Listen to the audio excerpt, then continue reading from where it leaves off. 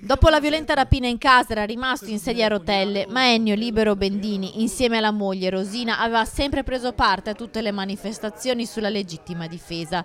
Domenica però, all'età di 90 anni, Libero è morto. Il 20 luglio del 2016 tre banditi fecero irruzione nella sua abitazione nelle campagne di Piacenza d'Adige.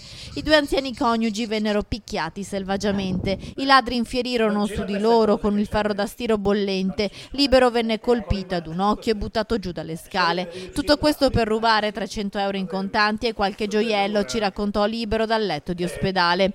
Le indagini dei carabinieri chiarirono nei mesi seguenti che l'agguato venne messo in atto da due uomini marocchini, poi arrestati e condannati a 7 anni e 4 mesi sia in prima che in secondo grado, ma uno di loro venne subito rimesso in libertà. Una cosa che la moglie Rosina non riusciva ad accettare. La coppia partecipò ad ogni udienza del processo, sia a Rovigo sia in corte d'appello a Venezia.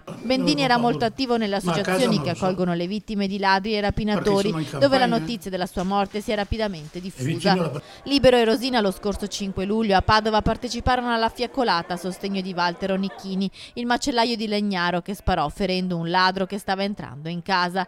Libero, seduto in carrozzella, seguì l'intero corteo con la moglie. Ho fatto un mese di ospedale e loro 20 giorni erano già fuori perché ci ha detto che faceva il palo quella. Dopo 2 mesi neanche li hanno ripescato di nuovo a Castigliano a rubare di nuovo. E allora quelli hanno la patente, sono proprio dei delinquenti matricolati. Il funerale di Ennio Libero Bendini si terrà martedì pomeriggio a Piacenza d'Adige.